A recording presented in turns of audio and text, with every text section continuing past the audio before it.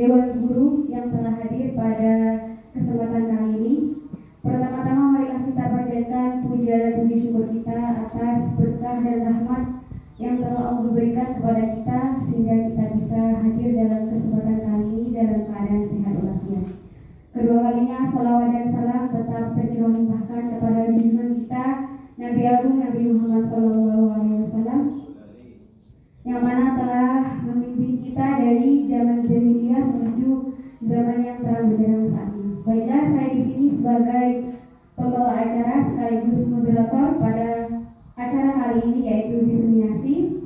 Adapun beberapa susunan acara pada kali ini yaitu yang pertama adalah pembukaan, kemudian yang kedua yaitu sambutan, kemudian yang ketiga yaitu pemaparan materi dan sesi tanya jawab, kemudian yang terakhir yaitu doa dan penutup. Baiklah, memasuki acara yang pertama yaitu pembukaan. Untuk pembukaan agar acara kita pada kali ini berjalan dengan lancar, marilah kita bersama membaca basmalah. Bismillahirrahmanirrahim. Kemudian acara yang kedua yaitu sambutan yang mana akan disampaikan dan diwakilkan langsung oleh Bapak Denny Alex Wahyudi SPD. Waktu dan tempat kami persilahkan.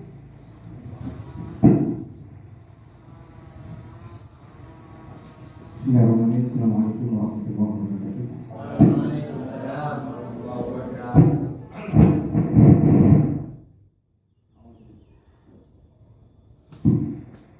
A'udzubillahi minasyaitonir rajim. Bismillahirrahmanirrahim. Alhamdulillahirabbil alamin.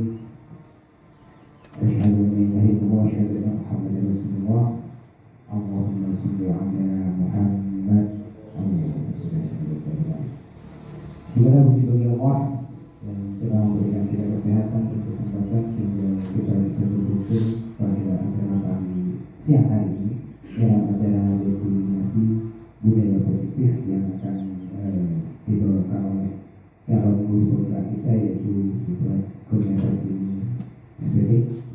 Sahabat serta salam semoga selalu tercurahkan kepada junjungan Nabi besar kita manusia terbaik yaitu Nabi Muhammad SAW. Semoga kita semuanya mendapatkan syafaatnya kelak supaya bersama-sama masuk surga. Amin. Di sini saya mewakili kepala sekolah dikarenakan Bapak Kepala Sekolah tidak bisa mengikuti acara agenda pada hari ini dikarenakan masalah kondisi yang tidak memungkinkan untuk mengikuti kegiatan ini. Mudah-mudahan beliau segera fit kembali untuk bisa bersama-sama kita di sini. Tidak karena pentingnya mudah-mudahan acara ini berguna untuk semua guru terutama lembaga yang bertepatan pada siang hari ini. Kurang lebihnya cukup segitu saja. Kurang lebihnya saya minta maaf. Mudah-mudahan acara ini berjalan lancar sampai di akhir acara. Kurang lebihnya saya minta maaf. Assalamualaikum warahmatullahi wabarakatuh. Warahmatullahi wabarakatuh.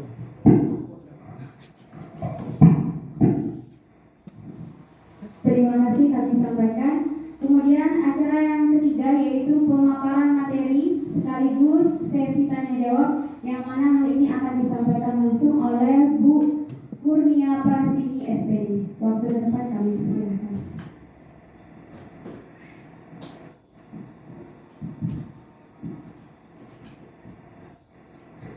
Bismillahirrahmanirrahim. Assalamualaikum warahmatullahi wabarakatuh. Waalaikumsalam. Salam dan bahagia buat kita semua Bapak Ibu guru hebat. Selamat siang. Siang. Kalau saya bilang selamat siang, Bapak Ibu jawabnya siang yang semangat gitu ya. Siang. Ya. Selamat siang Bapak Ibu guru hebat. Siang yang semangat. SDN Sumberangan 1 bisa gitu ya. SDN Sumberangan 1 Bisa. Terima kasih. Ulangi lagi ya. Selamat siang Bapak Ibu guru hebat. Siang semangat. SDN Sumberangan 1 Bisa. Baik Bapak Ibu guru yang hebat, terima kasih. Kali ini saya saya Kurnia Prastini akan menyampaikan diseminasi tentang budaya positif. Ini merupakan aksi nyata kami pada modul 1.4 diseminasi budaya positif. Oke, supaya tidak tegang di siang-siang ini ya, kita ice breaking dulu nih ya. Ice breaking dulu supaya otot-ototnya tidak kaku dan semuanya bisa fresh menikmati materi ya yang akan kami sampaikan. Tunggu dulu, kita tunggu teknis.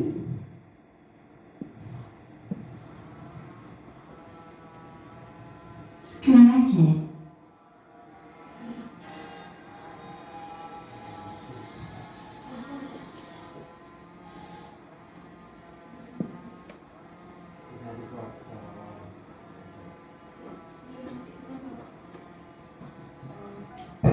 Sabar Bapak Ibu Guru. Ice breaking ini sudah bisa? Connected. Oh ini, tunggu dulu, sebelum dimulai. Tunggu dulu, Bapak Ibu gurunya berdiri dulu dong. Nah ya, berdiri dulu biar semangat. Biar semangat. Sudah? Yuk.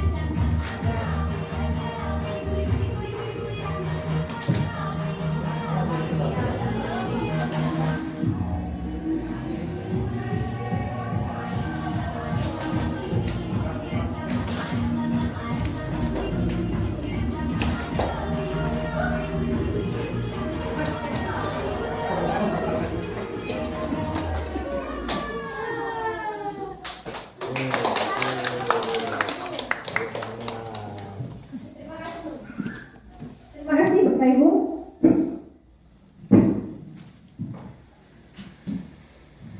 Monggo kita kembali ke slide-nya.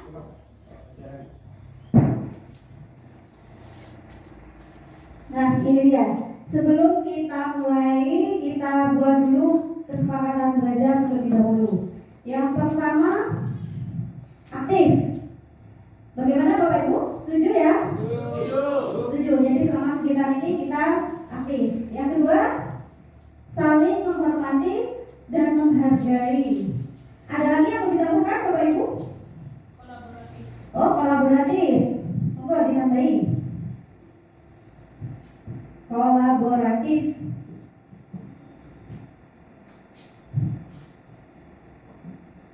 Ya. Kolaboratif.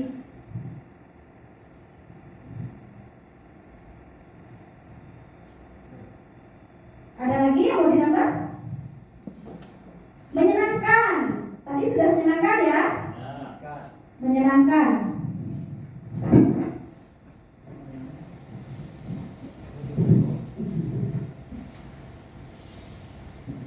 Ada lagi Bapak Ibu? Ada lagi yang mau kita bahas? Sudah ya? Jadi kesepakatan kita belajar hari ini, kita aktif, saling menghormati dan menghargai, kolaboratif dan menyenangkan. Nah ini dia kesepakatan belajar kita hari ini. Lanjut ke pertanyaan pemantik. Apa saja? Ada 4 pertanyaannya. Coba kita cek pertanyaan yang pertama. Pemberian hukuman apakah dapat mendisiplinkan siswa? Menurut Bapak Ibu? Tidak. Tidak. Ada yang menjawab selain tidak? Berarti Bapak Ibu sepakat bahwa hukuman tidak dapat mendisiplinkan siswa, begitu? Iya. Monggo yang memberi pendapat mengapa tidak?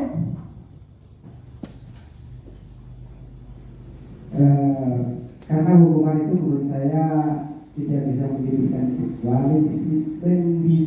siswa dikarenakan hukuman itu hanya akan menakutkan siswa saja.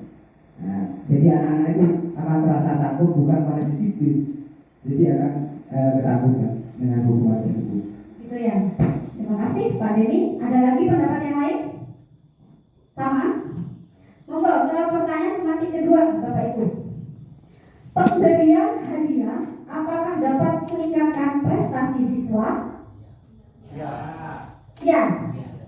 Alasannya? Monggo. Oh, monggo Pak Selamat.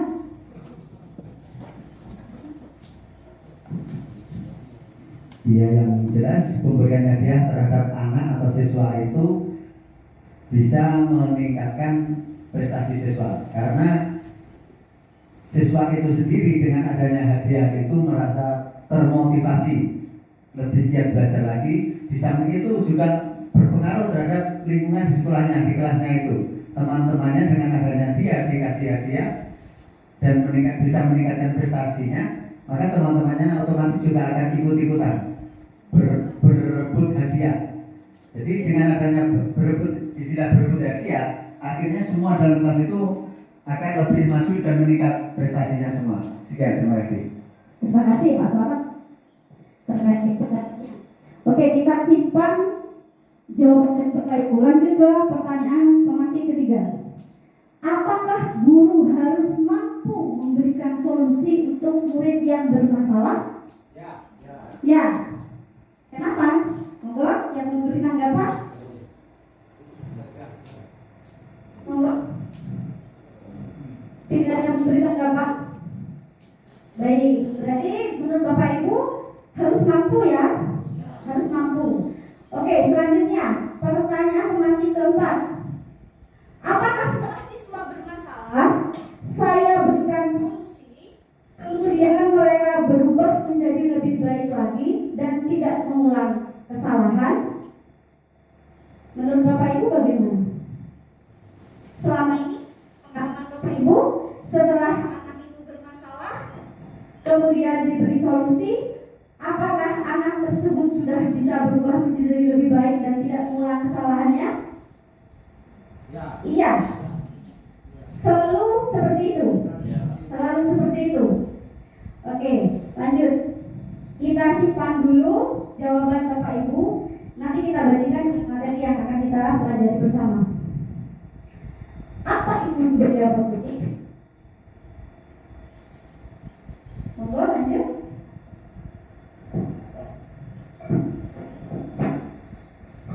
Lanjut.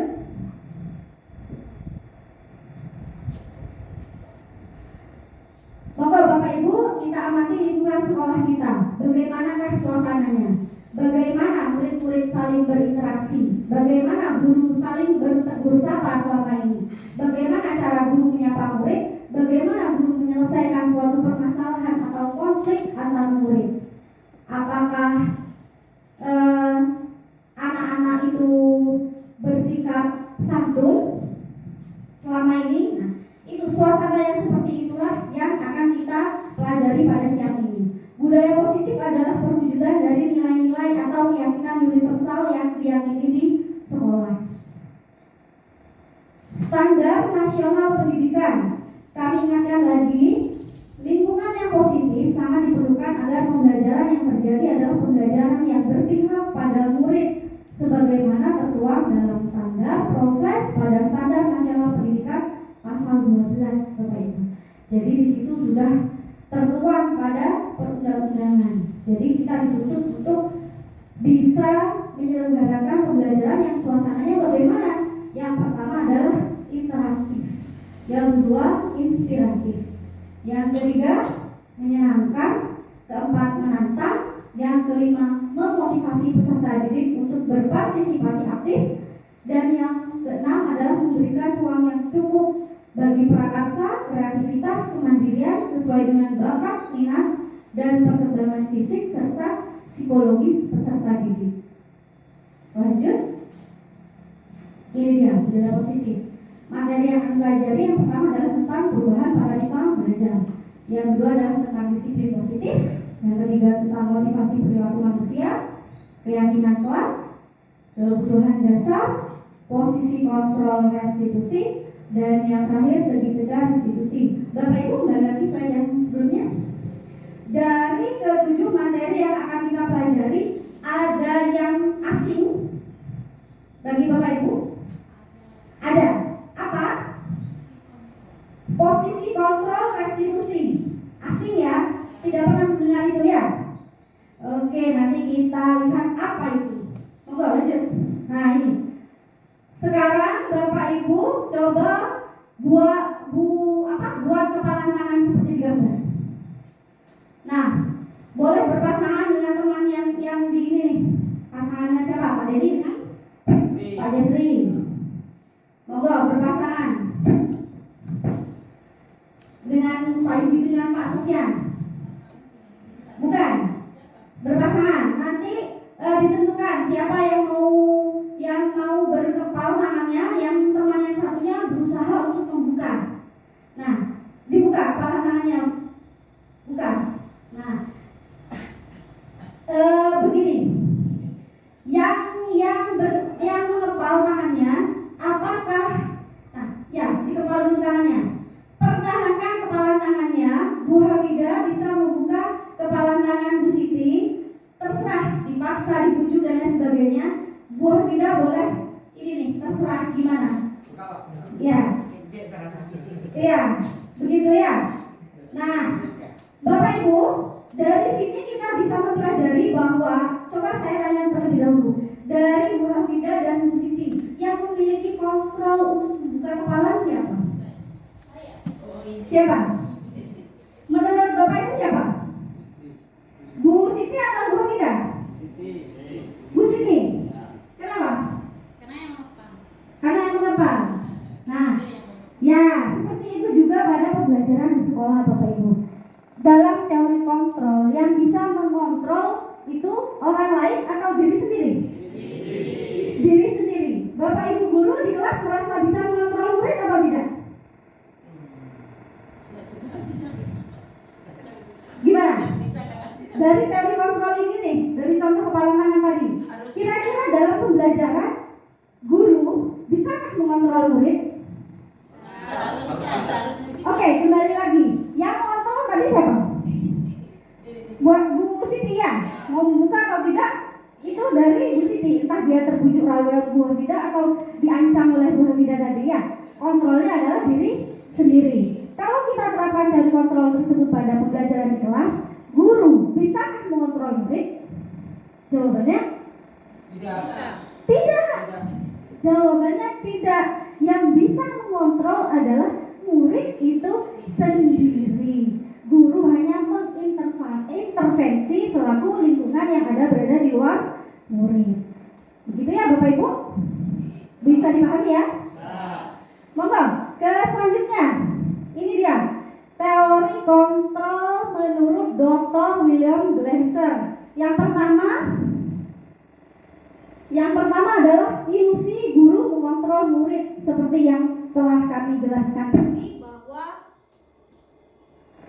guru tidak dapat mengontrol murid. Jadi itu hanya ilusi saja, itu miskonsepsi. Konsep yang benar adalah murid yang bisa mengontrol diri sendiri.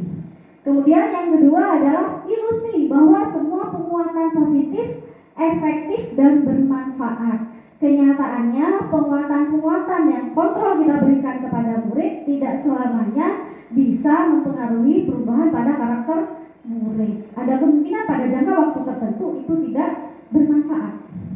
Yang ketiga adalah ilusi bahwa kritik dan membuat orang merasa bersalah dapat menguatkan karakter. Pernah mengkritik murid, Bapak Ibu?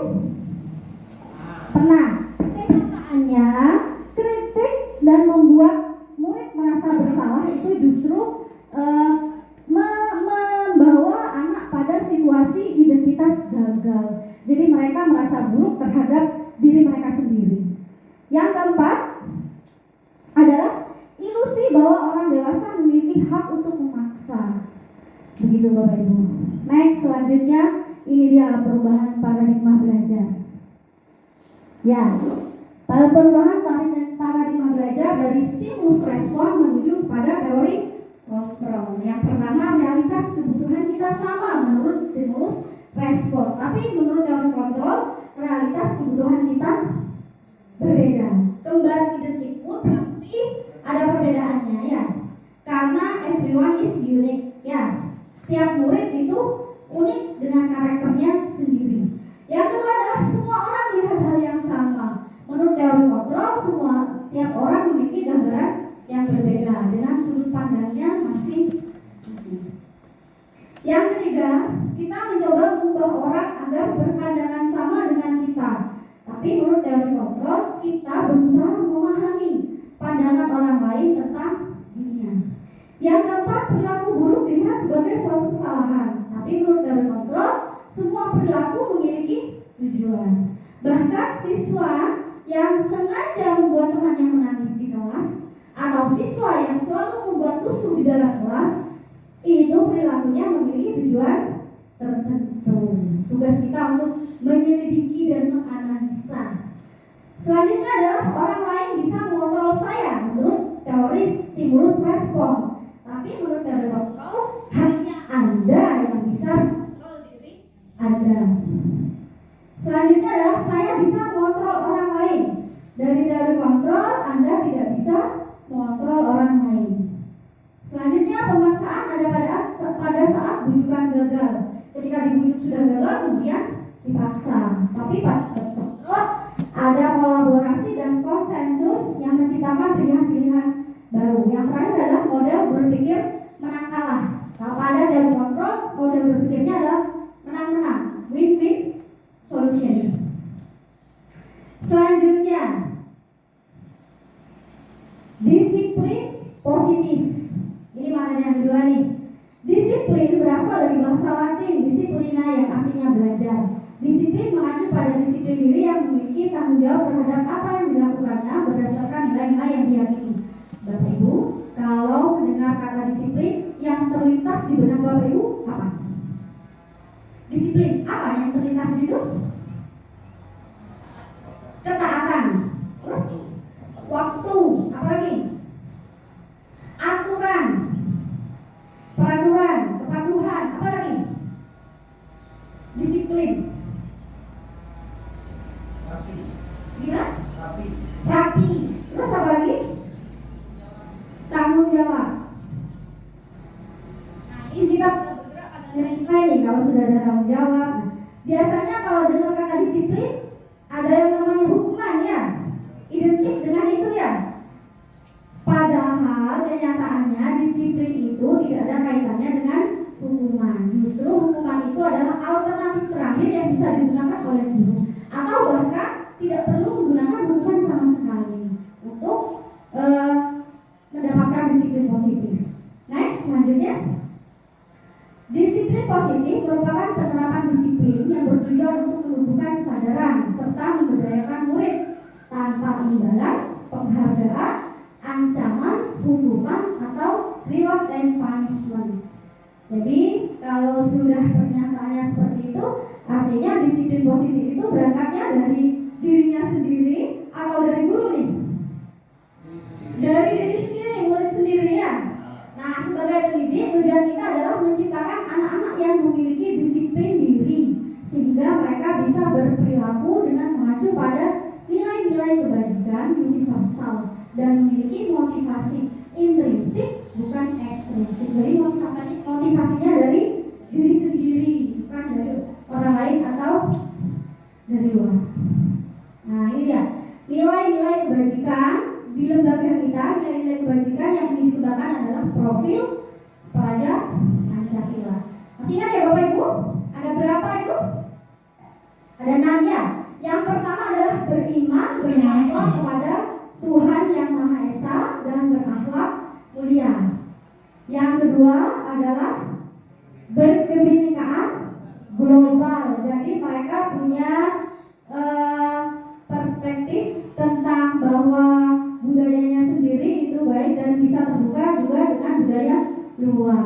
Kemudian bernalar kritis. Selanjutnya adalah gotong royong, kreatif dan mandiri. Itu dia nilai-nilai yang kita upayakan untuk dikembangkan pada murid. Selanjutnya adalah teori motivasi menurut Brian Watson, Bapak Ibu. Apa itu? Yang pertama, untuk menghindari ketidaknyamanan atau hukuman. Ini motivasi yang levelnya paling rendah. Mungkin Bapak Ibu datang ke sekolah tepat waktu pagi, alasannya karena menghindari hukuman misalnya, atau karena dikejar oleh absen online misalnya ya. Ada yang motivasinya seperti itu? Jadi, absennya pokoknya sebelum jam 7. Jadi sebelum jam 7 saya harus sudah stay di sekolah ya.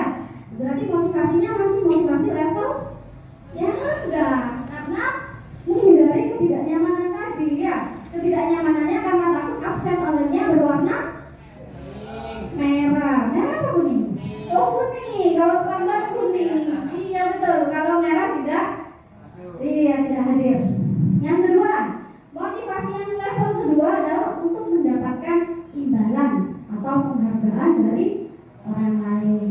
Mungkin ada yang diberi tugas oleh kepala sekolah dikerjakan dengan baik supaya mendapat bonus misalnya ya.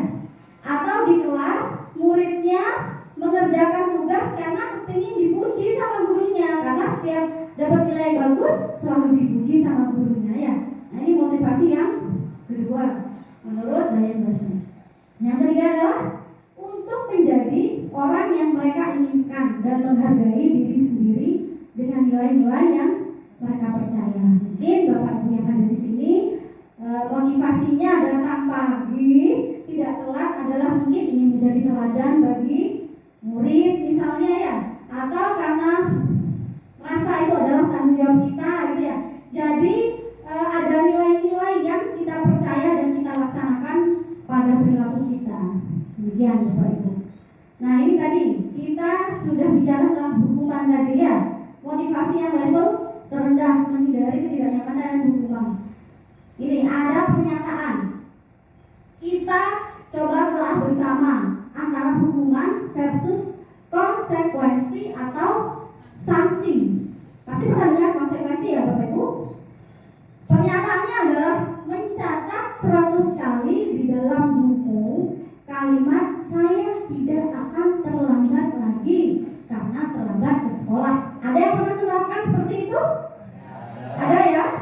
Coba cek. Itu hukuman atau konsekuensi? Apa? Hukuman. Coba kita cek. Konsekuensi. Coba lagi selanjutnya. Lari mengelilingi lapangan basket 2 kali karena terlambat hadir di sekolah.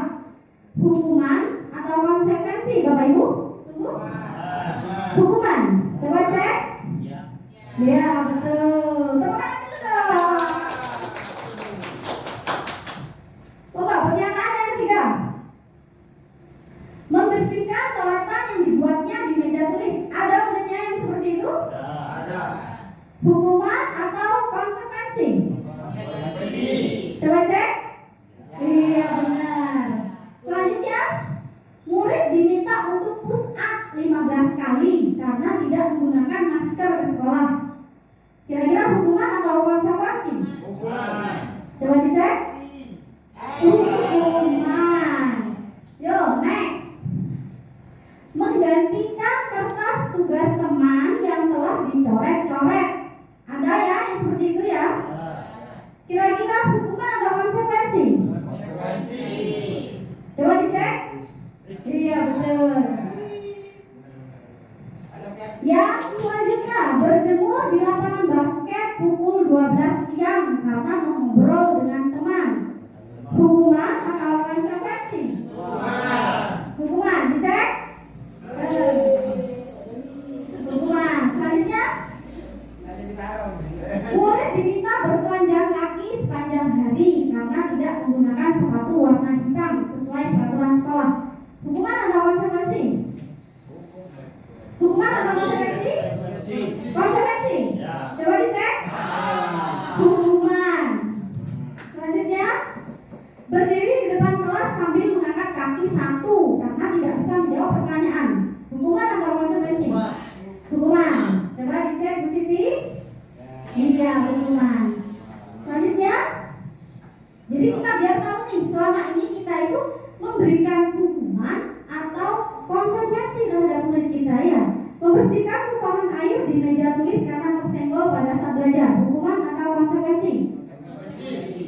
Coba dicek. Nah ya, kadang bukan ditumpahkan di meja ya, tapi di lantai ya. Kemudian anak-anak membersihkan sendiri mencari alat pel ya. Selanjutnya, kehilangan 10 menit jam istirahat untuk mengerjakan tugas karena telah datang dan tertinggal pelajaran selama 10 menit. Hukuman atau konsekuensi? Coba cek. Ya betul, kayaknya udah pintar-pintar nih Bapak Ibu ya. Selanjutnya, lari mengelilingi lapangan basket 2 kali karena terlambat 10 menit untuk pelajaran PJOK. Ada yang seperti itu Pak? Ada. Coba kita cek. Itu hukuman atau konsekuensi kira-kira? Cek. Konsekuensi. Jadi yang sudah diberikan oleh Pak Sufyan itu bukan memberikan hukuman ya Pak ya, tapi konsekuensi karena datang terlambat pada pelajaran PJOK. Selanjutnya, duduk di bangku di pinggir lapangan pada jam istirahat tidak diizinkan bermain oleh guru piket karena mencederai teman saat bermain di lapangan. Hukuman atau konsekuensi? Coba cek. Jawabannya Pak Yudi? Iya betul. Pinter nih Pak Yudi ya. Lanjut. Membersihkan WC sekolah karena mematahkan pensil kawannya. Hukuman. Coba cek. Hukuman. Ya. Lanjut. Terlambat hadir di pembelajaran daring 15 menit dan diminta untuk tinggal 15 menit sesudah kelas selesai untuk membahas ketertinggalan pembelajaran. Hukuman atau konsekuensi? Konsekuensi yang harus diterima ya. Coba cek. Iya betul. Lanjut. Nah sudah. Tunggu dulu. Dari sini apakah sudah bisa merasakan perbedaannya hukuman dan konsekuensi? Bisa ya. Kira-kira setelah ini mau masuk hukuman atau konsekuensi nih? Konsekuensi. Coba kita cek ke materi selanjutnya. Hukuman itu bersifat tidak terencana atau tiba-tiba. Murid tidak tahu apa yang akan terjadi dan tidak dilibatkan. Bersifat satu arah berupa fisik maupun psikis. Itu hukuman. Kalau konsekuensi atau sanksi itu sudah terencana atau sudah disepakati, sudah dibahas dan disetujui oleh murid dan guru. Murid tetap dibuat tidak nyaman, guru memonitor murid. Nah ini ada yang pilihannya lebih amin lagi apa? Restitusi. Tadi sudah pilih konsekuensi ya. Ini ada restitusi. Apa itu restitusi? Restitusi adalah proses menciptakan kondisi bagi murid untuk memperbaiki kesalahan mereka sehingga mereka bisa kembali pada kelompok mereka dengan karakter yang lebih kuat. Kira-kira dari pengertian ini Bapak Ibu lebih memilih mana nih kalau seandainya murid terlibat masalah? Memberikan hukuman, memberikan konsekuensi, atau melakukan restitusi? Restitusi ya. Coba kita gali lagi lebih jauh apa itu restitusi. Cek lagi, hukuman, konsekuensi, dan restitusi. Kita cek perbedaannya Bapak Ibu. Nah, hukuman itu ada pada identitas gagal moral. Jadi cenderung anak itu merasa buruk terhadap dirinya. Kalau konsekuensi dan restitusi itu menuju pada identitas sukses dan muncullah yang namanya disiplin. Kalau pada hukuman, sesuatu yang menyakitkan harus terjadi. Kalau konsekuensi, sesuatu harus terjadi. Namun pada restitusi merupakan pilihan. Kemudian hukuman tidak nyaman untuk murid atau untuk jangka waktu yang panjang. Pada konsekuensinya tidak nyaman untuk murid untuk jangka waktu pendek. Sedangkan pada restitusi menguatkan untuk murid dalam jangka waktu yang panjang. Pada hukuman korban mendapatkan keadilan. Namun pada konsekuensi korban bisa diabaikan. Lain halnya dengan restitusi, korban mendapatkan ganti. Selanjutnya pada hukuman murid akan tersakiti. Kalau pada konsekuensi murid dibuat tidak nyaman. Pada restitusi murid mendapatkan penguatan. Selanjutnya pada hukuman perilaku pasif agresif meningkat. Pada konsekuensi penguatan hanya bertahan dalam jangka waktu pendek. Pada restitusi masalah bisa terpecahkan. Pada hukuman sistem tidak akan berjalan bila murid tidak takut. Namun pada konsekuensi memerlukan monitoring dan supervisi terus-menerus dari guru. Yang paling level tinggi adalah yang restitusi. Murid belajar tanggung jawab untuk perilakunya. Kalau pada hukuman berlaku pada sebuah institusi, tidak berlanjut pada kehidupan di masyarakat. Kalau pada konsekuensi membantu penerapan mengikuti peraturan dalam masyarakat. Namun pada restitusi fokus pada pemecahan masalah dalam jangka waktu panjang. Kalau pada hukuman peraturannya adalah ini misalnya, kamu harus begini misalnya. Tapi kalau konsekuensi apa peraturannya? Nah nanti mereka menjawab ini peraturannya. Mampukah kamu melakukannya? Jawab. Kalau pada restitusi apa yang kamu yakini? Apa yang bisa kamu lakukan untuk memperbaiki masalah ini? Jadi mereka bisa melakukan refleksi diri. Pernah Bapak Ibu melakukan refleksi diri? Pernah? Belum? Nah ini dia, lanjut. Pada hukuman murid membenci peraturan. Pada konsekuensi murid menghormati peraturan. Pada restitusi murid menghormati dirinya juga orang lain. Pada hukuman itu bersifat negatif. Kalau konsekuensi netral, pada restitusi bersifat positif. Biasanya ketika kalau hukuman, awas kalau dilakukan lagi ya, nanti awas kamu.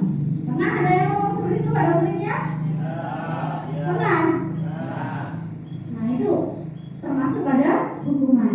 Kalau yang sudah konsekuensi biasanya ngomongnya gini, lakukan apa yang saya katakan. Misalnya disuruh menulis tadi, saya tidak akan lupa mengerjakan PR gitu misalnya ya. Kemudian kalau yang restitusi, apakah hal ini yang sesungguhnya ingin kamu lakukan? Jadi cenderung menggunakan kalimat-kalimat yang positif. Kalau hukuman tadi modelnya paksaan, konsekuensi stimulus respon, dan yang restitusi teori kontrol yang menyebabkan kita untuk mendorong anak-anak disiplin positif dan memiliki konsep diri yang kuat. Itu ya. Nah, pada hukuman murid belajar untuk menyembunyikan kesalahan. Kenapa kira-kira menyembunyikan kesalahan? Nah, ya, takut itu tadi. Kalau kita menerapkan hukuman, kalau kita sudah sepakat dengan konsekuensi, murid akan belajar taat kepada peraturan. Kemudian restitusi murid belajar untuk memecahkan masalah. Pada hukuman, anak mencoba mengontrol anak dengan penguatan negatif. Kalau konsekuensi dengan penguatan yang positif. Kalau restitusi dengan kendali kontrol. Kemudian anak-anak tidak kehilangan waktu, namun bersemangat untuk memperbaiki diri. Kalau hukuman itu dibuat oleh siapa? Hukuman kita harus hukuman lingkungan murid dibuat oleh guru. Kalau konsekuensi dibuat bersama, ya memang kesepakatan antara guru dan murid. Bagaimana dengan restitusi? Kalau restitusi dibuat oleh murid, justru murid sendiri yang menentukannya. Kalau dia melakukan kesalahan apa yang harus mereka lakukan untuk memperbaiki permasalahan yang tadi. Lanjut ke ini. Ya. Slide selanjutnya. Kita cek perbedaannya pada contoh kasus berikut ini. Contoh kasusnya adalah siswa sering tidak mengerjakan PR. Ada muridnya yang seperti itu? Ada. Tindakan apa ya Bapak Ibu dilakukan? Apa? Apa ya? Hukuman. Dikasih hukuman. Konsekuensi. Coba kita cek perbedaannya. Kita lihat hukuman. Guru menghukum siswa tersebut untuk hormat kepada bendera selama 10 menit. Nah, itu. Kemudian apa yang terjadi? Gurunya marah. Muridnya merasa takut. Apakah besok-besoknya tidak akan mengulangi lagi? Pasti mengulangi. Iya, karena belum menemukan motivasi intrinsik. Ya, karena motivasinya dari luar. Bagaimana dengan konsekuensi? Kita cek. Guru memberikan waktu kepada murid untuk mengerjakan PR saat jam istirahat, atau murid diminta mengerjakan PR 2 kali lipat. Ada pernah yang memberikan konsekuensi seperti itu? Belum. Nah, guru tegas dan murid menghormati peraturan. Lain halnya dengan kalau kita melakukan restitusi pada kasus tersebut. Bagaimana? Guru melakukan percakapan positif bersama murid untuk menyelesaikan permasalahan dan mencari solusi bersama agar timbul motivasi intrinsik pada murid, sehingga murid dapat lebih baik lagi dan tidak mengulangi kesalahan yang sama. Jadi setelah kita tanyakan, kita temukan alasannya kenapa kok tidak mengerjakan PR. Apa mungkin alasannya teratur sampai larut malam, atau mungkin karena tidak tahu, tidak ada yang mengajari. Nah, setelah itu baru dicarikan solusi bersama. Kemudian pada restitusi guru menanyakan keyakinan kelas. Ada yang sudah pernah menerapkan keyakinan kelas? Belum. Kalau peraturan kelas? Ada ya. Nanti kita cek apa perbedaannya. Selanjutnya adalah bagaimana pembentukan keyakinan kelas. Keyakinan kelas itu bersifat abstrak, berupa pernyataan-pernyataan universal, dibuat dalam bentuk positif, tidak terlalu banyak sehingga mudah diingat dan dipahami oleh semua warga kelas sesuai dengan kondisi sekolah sehingga dapat diterapkan. Kemudian semua warga kelas dilibatkan dalam pembentukan keyakinan kelas. Yang terakhir adalah bersedia menjawab kembali keyakinan kelas dari waktu ke waktu. Peraturan kelasnya ada banyak atau sedikit? Banyak, sedikit. Peraturan kelasnya dibuat sendiri oleh guru atau bersama siswa? Bersama siswa, itu peraturannya ya. Ini keyakinan kelas. Nanti kita akan kasih tahu perubahan apa perbedaannya. Lanjut. Prosedur pembentukan keyakinan kelas. Yang pertama adalah mencurahkan ide. Bersama siapa? Ya, bersama murid di kelas. Bersama murid di kelas. Jadi ide-idenya murid dikeluarkan semua. Oh, saya pengen ini Bu. Apa? Teman-teman saya datangnya semua tepat waktu misalkan. Kita terima semua, kita tampung semua ide-ide murid. Kepengennya suasana kelasnya seperti apa selama 1 tahun ke depan. Biasanya dibuat kan di awal-awal ya. Awal tahun pelajaran. Langkah selanjutnya adalah mencatat semua masukan. Misalnya, oh Bu Guru, saya nggak mau nanti anak-anak itu lari-larian di kelas misalnya. Ada muridnya yang lari-larian di kelas? Ada ya, nggak bisa diem. Berarti gaya belajarnya apa? Kinestetik ya, bergerak sana kemari ya. Nah, jadi dibuat peraturan misalkan. Nah, itu kita catat semua, kita tampung semua ide-ide murid. Selanjutnya, mengganti kalimat negatif menjadi kalimat positif. Jangan berlarian di kelas. Kita ganti menjadi positif kalau jangan berlarian di kelas. Negatif ya. Pernah Bapak Ibu bilang jangan gitu ke murid? Ya. Ayo, jangan berlarian. Ayo, jangan. Pernah ya? Nah, Itu kalimat negatif atau positif? Negatif ya. Berarti kita ganti dengan seperti apa kalimatnya? Jangan berlarian di kelas. Gantinya apa supaya positif? Berhujan. Gimana? Kalau berlarian nanti bisa jatuh. Penggantinya tidak ada. Berarti kalau nggak boleh lari harus bagaimana supaya nggak jatuh? Iya, berjalan di kelas. Berubah kalimatnya menjadi kalimat yang positif. Hindari kata jangan. Kalau kata jangan itu nanti anak-anak justru ingin melakukan. Ya, jangan coret-coret. Akhirnya iya, punya keinginan buat dia penasaran ya. Selanjutnya, tinjau kembali daftar jumlah pendapat yang sudah dicatat dari yang berupa peraturan menjadi keyakinan. Nah, ini perbedaannya. Tadi ada data tepat waktu. Kemudian ada juga tadi berjalan di kelas. Itu kira-kira peraturan atau keyakinan? Peraturan atau keyakinan? Datang tepat waktu, berjalan di kelas. peraturan. Apa? Peraturan. Supaya menjadi keyakinannya apa kira-kira? Datang tepat waktu, berjalan di kelas, saling menghormati. Ya, kalau berlarian nanti numpuk temannya, bertengkar dan lain sebagainya akhirnya ya. Jadi kita ubah dari peraturan-peraturan tadi menjadi saling menghormati. Dalam tepat waktu itu menghormati ini dia sesama teman dan juga guru ya. Nah, jadi ubah yang tadi berupa peraturan-peraturan yang banyak tadi diubah menjadi sebuah keyakinan. Bapak Ibu pasti pernah berkendara di jalan raya? Sering. Menggunakan helm? Iya. Kenapa? Peraturan. Peraturan. Yang lain? Supaya aman. Karena meyakini kalau pakai helm seandainya terjadi sesuatu yang tidak diinginkan, merasa lebih aman. Itu adalah keyakinannya.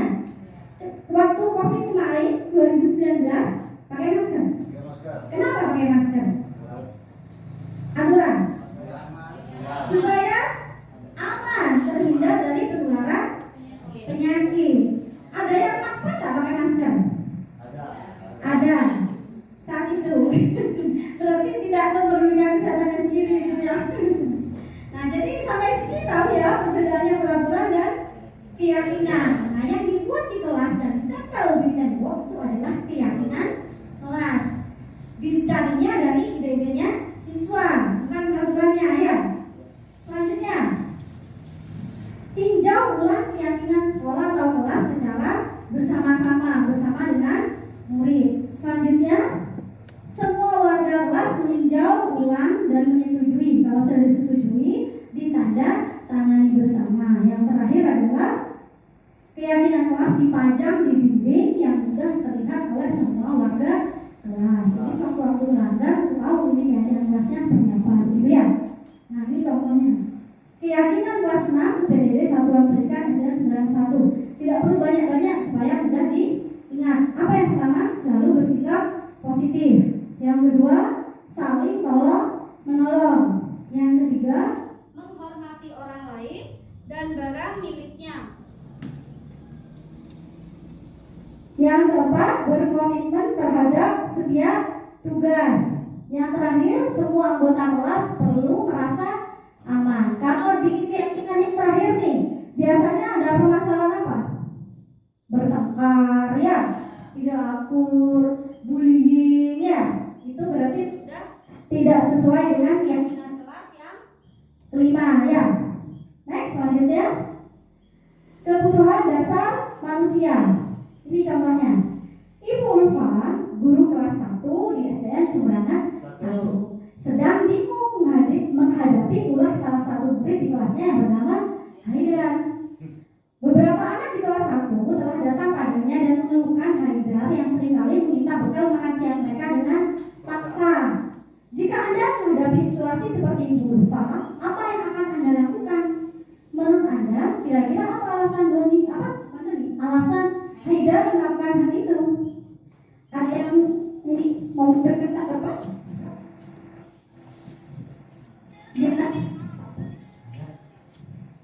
Jika menghadapi situasi seperti Bu Nurfat nih, Haidar yang mengampas paksa bekalnya temannya, apa yang dilakukan? Situasinya seperti itu. Apa yang dilakukan? Tidak melakukan apa-apa. Pasti melakukan apa-apa. Apa itu? Itu kok. Tunggu. Gimana? Gimana? Oh ini dari Pulpa nih. Dari Pulpa dulu. Nanti kita cek dari tanggapannya Bapak Ibu yang lain ya. Kalau dari Pulpa gimana? Menurut saya memberikan sebuah restitusi kepada si anak itu sendiri. Oh, begitu ya. Melakukan restitusi. Ada yang lain mungkin? Sama? Sama? Nah, kita cek dulu mengenai alasan Haidar melakukan hal tersebut ya. Itu apa? Dari proses restitusi tadi. Coba kita cek kebutuhan dasarnya apa saja. Kebutuhan dasar manusia Bapak Ibu ada 5, tidak hanya murid, semua manusia ya. Guru juga termasuk. Kebutuhan dasar yang pertama adalah bertahan hidup. Contohnya adalah makanan, pakaian, tempat tinggal, keamanan, dan kesehatan. Kebutuhan dasar yang kedua adalah kasih sayang dan rasa diterima. Contohnya adalah rasa diterima, dipedulikan, kemudian menjadi bagian dari kelompok. Yang ketiga adalah kebebasan, mandiri, memiliki pilihan, mencoba hal baru, dan dapat mengendalikan arah dirinya. Kebutuhan dasar yang keempat adalah kesenangan. Contohnya adalah bermain, tertawa, antusias, dan humor. Yang terakhir adalah penguasaan. Contohnya adalah diakui, berprestasi, kompeten, harga diri, dan didengar. Nanti kita cek dulu alasannya Haidar mengambil paksa bekalnya teman. Ya, jadi ini saya sudah buat catatan kecil Bapak Ibu. Kalau Haidar ditanya, kemudian jawabannya dia menjawab karena lapar Bu Guru atau karena lapar Bapak Ibu Guru. Kita kira-kira kebutuhan hidup apa, kebutuhan dasarnya yang belum terpenuhi apa? Apa? Bertahan hidup. Nah, kalau seandainya Haidar ketika ditanya, dia jawabnya begini, saya bosan Bu Guru sama bekalnya itu yang itu saja. Tiap hari nganggur saya lihat punya tempat saya itu kok ikan kayaknya enak, jadi saya rampas Bu Guru. Kalau jawabannya seperti itu, kira-kira kebutuhan dasar yang belum terpenuhi dari Haidar apa? Apa? Iya, kasih sayang. Kemudian yang alasan yang ketiga nih, misalnya, saya iseng Bu, rasanya seneng banget lihat ekspresinya siapa temannya Haidar. Ekspresinya Dinda kalau ngomong tuh lucu banget gitu, kayak asbit gitu misalnya ya. Iya, kira-kira apa tuh kebutuhan dasar yang belum terpenuhi? Hah? Iseng itu kebebasan ya kan. Kemudian kalau dia alasannya, oh iya tadi yang ekspresinya lucu tadi kesenangan ya, senang ya. Kemudian kalau yang merasa bosan tadi, alasannya adalah kebebasan ya, pengen mencoba hal yang baru. Kalau alasannya ini Bu Guru, saya itu senang melihat anak-anak itu takut sama saya gitu. Kira-kira kebutuhan dasarnya apa yang belum terpenuhi? Penguasaan, pengen tampil dia di depannya. Jadi kalau punya murid yang seperti itu, kalau kebutuhan dasar penguasaan yang belum terpenuhi, penuhi dia, beri dia panggung, beri dia kesempatan untuk ke depan, kesempatan untuk mengeksplor dirinya di depan teman-temannya, supaya dia bisa diakui bahwa dia berprestasi. Jadi energi berlebih dari anak itu bisa tersalurkan kepada yang positif dan sesuai dengan tempatnya. Begitu Bapak Ibu. Selanjutnya adalah 5 posisi kontrol pada guru.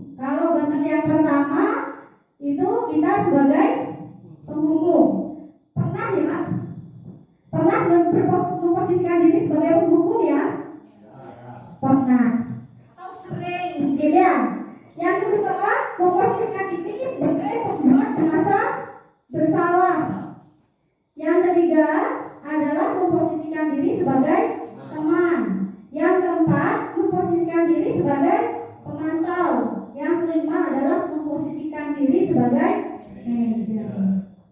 Apa perbedaannya? Nah, sebagai apa saya selama ini menempatkan diri? Coba Bapak Ibu tulis pada seperti ini.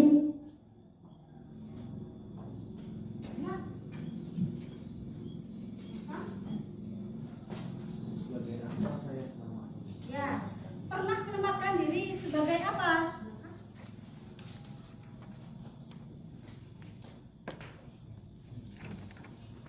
Sebagai apa? Bagaimana lebih dari satu? Coba, boleh jawab lebih dari satu karena mungkin dalam situasi yang berbeda kita menempatkan diri dengan posisi yang berbeda juga. Misalnya, monggo ditempel di papan, jangan lupa ditulis namanya di bawah. Boleh jawab lebih dari satu. Oh, saya pernah jadi pemantau sama pembuat anak merasa bersalah gitu. Saya kecewa sama kamu, bisa saya pernah percaya banget sama kamu Doni misalnya. Hukum. Allah ditempel dan sudah kita cek nih. Jadi selama ini kita lebih banyak memposisikan diri sebagai apa?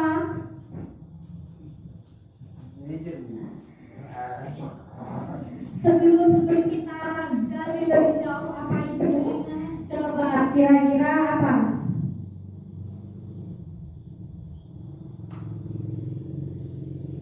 Yuk, monggo ditempel. Ya, boleh tidak? Jadi satu aja. Ditulis namanya kecil. Nah, meskipun belum dapat penjelasan, pasti dari gambarnya sudah terlihat ya, itu sudah mewakili dari masing-masing posisi kontrol.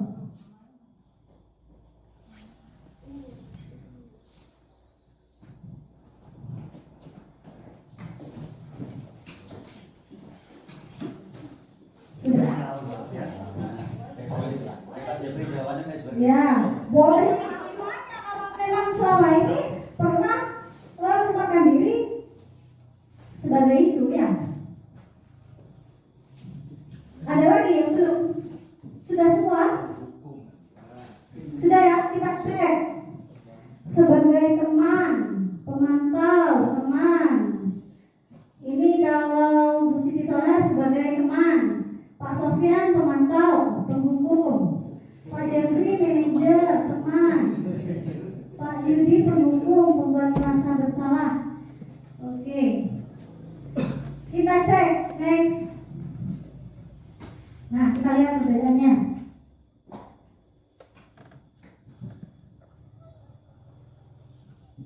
Nah, 5 posisi kontrol. Apa itu? Kita cek. Pada penghukum, pembuat merasa bersalah, itu perilaku kontrol yang negatif kalau menurut teorinya ya. Kemudian dan motivasinya itu eksternal karena dari guru bukan muridnya sendiri. Kalau sebagai teman dan pemantau itu perilaku kontrolnya termasuk yang positif menuju pada identitas sukses. Namun motivasinya masih motivasi eksternal di luar. Jadi kalau tidak dipantau, anak cenderung kembali mengulangi kesalahan yang sama. Kalau nggak dicek oleh guru. Kalau posisinya sebagai manajer, itu sudah ada kontrol diri dan motivasinya intrinsik dari murid sendiri. Biasanya kita kalau sebagai penghukum biasanya berkata, kalau kamu tidak melakukannya, saya akan kalau pembuat merasa bersalah, kamu sudah mengecewakan Bapak, padahal Bapak menaruh harapan besar supaya kamu bisa misalnya ya. Kalau yang sebagai teman, lakukan ini untuk Bapak misalnya, lakukan ini untuk Ibu misalnya. Kalau pada pemantau, apa peraturannya? Oh, harus mengerjakan PR misalnya. kesalahannya. Apa konsekuensinya? Terus PR 2 kali. Ya, anak pasti mengerjakan PR-nya selama 2 kali. Nah, tetap harus monitor, harus dipantau ya.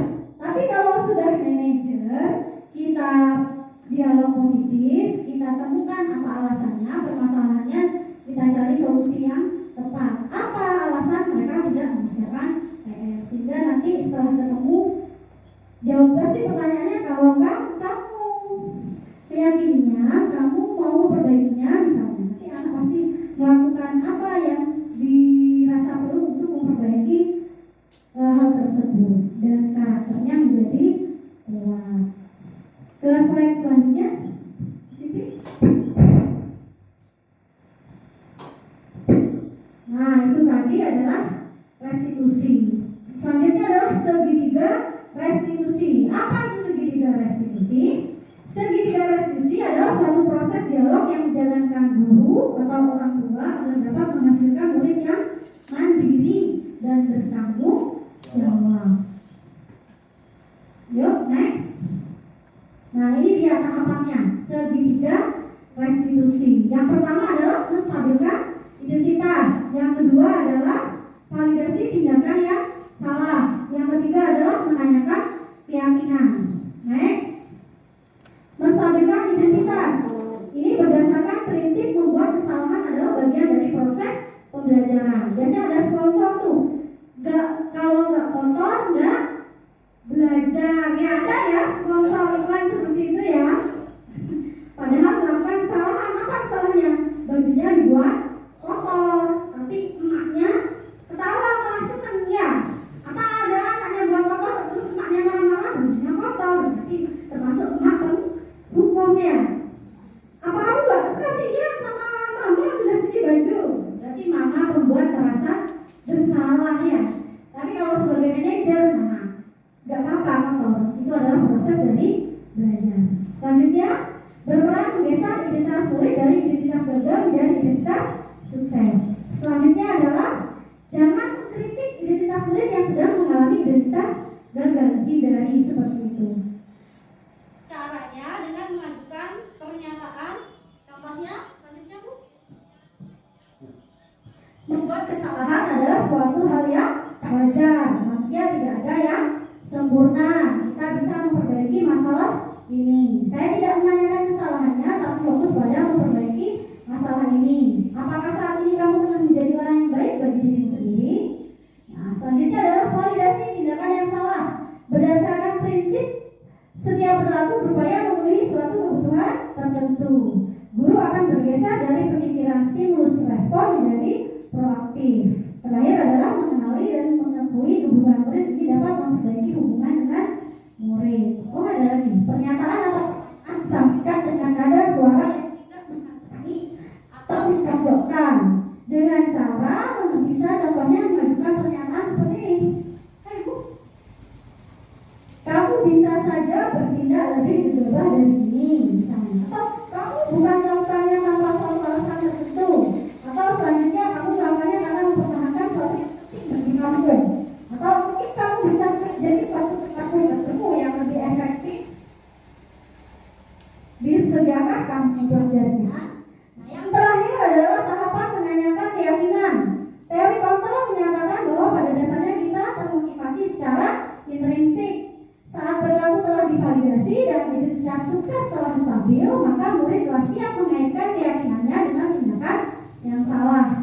Dengan cara mengajukan pertanyaan, misalnya sebagai anggota kelas, apa yang kita yakini? Nah, keyakinan kelasnya tadi itu. Nilai-nilai apa yang telah kita sepakati? Selanjutnya, seperti apa gambaran kelas ideal bagi kamu?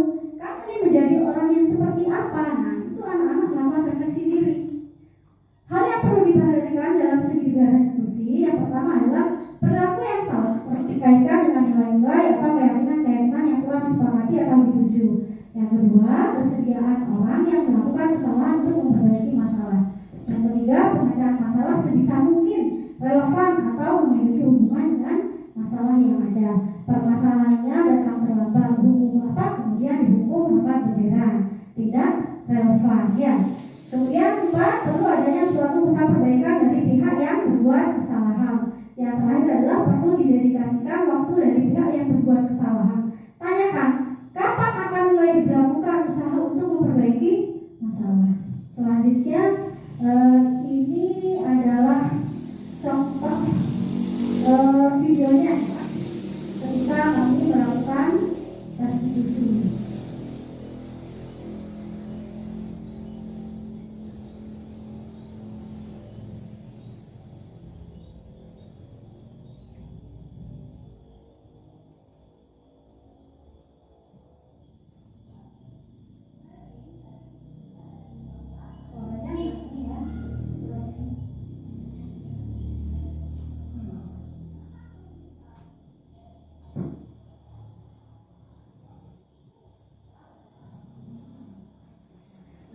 Jadi ketika guru bilang apa namanya, oh gitu, ya wajarlah kalau hal seperti itu.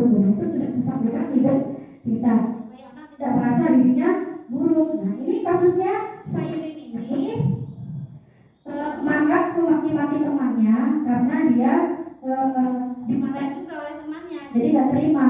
Padahal posisinya Sairin itu sudah mematahkan pensil temannya.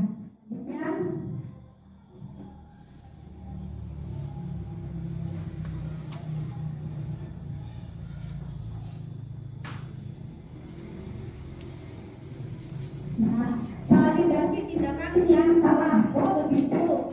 Saya melakukan itu pasti ada alasannya kan. Jadi seakan-akan kita validasi ya.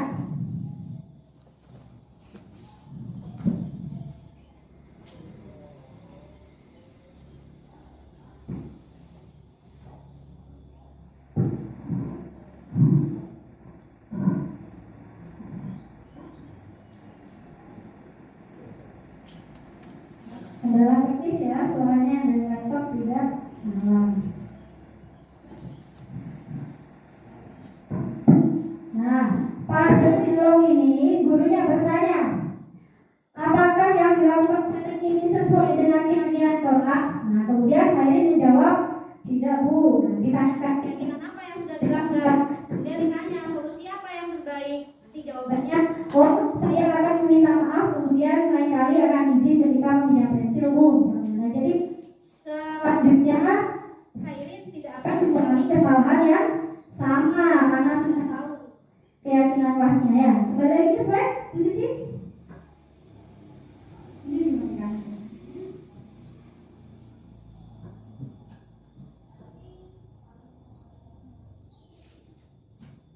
Ya, next selanjutnya. Nah, pantun, saya minta catatnya ya. Ya. 1, 2, 3, dan 4. Jangan lupa cek roda gerigi. Ilmu baru saja mendapat. Tak lupa aku selalu berbagi. Monggo selanjutnya adalah sesi tanya jawab. Mungkin ada yang mau bertanya, Bapak Ibu. Ada yang mau bertanya? Oh, mic-nya itu pasang tuh.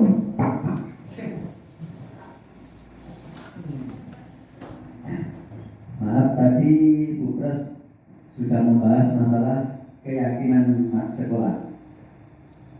Jadi bagaimana cara kita membuat keyakinan sekolah itu? Terima kasih. Tadi membuat keyakinan kelas kan ya? Bagaimana kalau keyakinan sekolah yang bisa diterapkan di sekolah? Jadi itu kan hanya berlaku pada keyakinan ada di dalam kelas. Kalau buat keyakinan sekolah berarti buatnya di pelajaran dengan melibatkan semua peserta didik. Jadi keyakinan kelas yang buat bisa diterima oleh semua warga sekolah tentunya ya. Demikian Pak Slamet, bagaimana Pak Slamet? Selanjutnya, oh ya, itu Bumida dulu, Bumida. Di kesempatan yang diberikan, saya akan bertanya tentang posisi kontrol apakah yang baik untuk diterapkan. Nah, kira-kira kalau menurut Bapak Ibu yang baik diterapkan posisi kontrol sebagai apa kita? Sebagai apa? Sebagai penghukumkah? Sebagai manajer ya. Artinya ketika ada permasalahan kita melakukan restitusi. Ada lagi? Ada nih? Wow.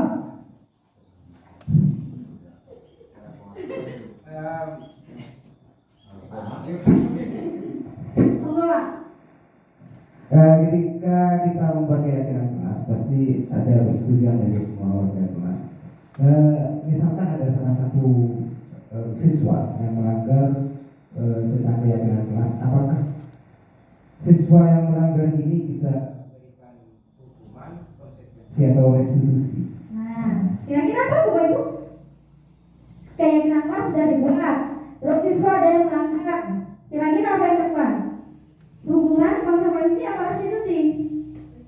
Iya, restitusi. Jadi dialog dulu, jangan langsung kamu hormat yang benar.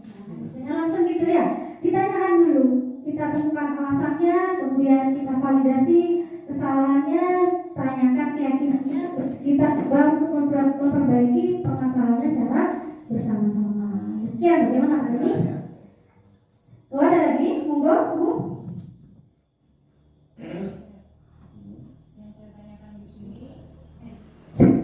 Yang saya tanyakan di sini, apakah solusi yang didapatkan dari restitusi tersebut selalu melibatkan murid? Kenapa? Kira-kira apakah selalu melibatkan murid? Ya, selalu. Jadi murid dilibatkan karena di sini yang berperan adalah murid. Demikian ya. Ada lagi Bapak Ibu? Sudah tidak ada ya? Ya. Next Bu. Terima kasih dan semoga bermanfaat. Kami selaku pemaparan materi seandainya ada kesalahan mengucapkan maaf yang sebesar-besarnya. Wassalamualaikum warahmatullahi wabarakatuh. Waalaikumsalam warahmatullahi wabarakatuh.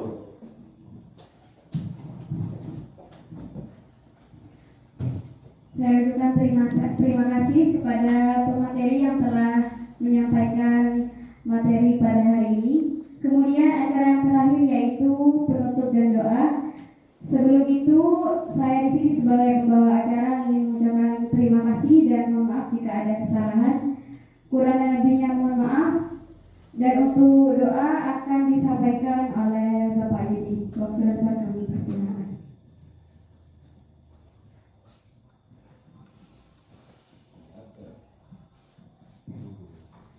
Assalamualaikum warahmatullahi wabarakatuh. Waalaikumsalam warahmatullahi wabarakatuh. Apa yang kita ikuti dari awal hingga akhir, semoga kita diterangkan ilmu bagi kita semua. Dan kita semua bisa menerapkan ke anak didik kita semua. Bismillahirrahmanirrahim. Muhammad sallallahu alaihi wasallam. Al-Fatihah.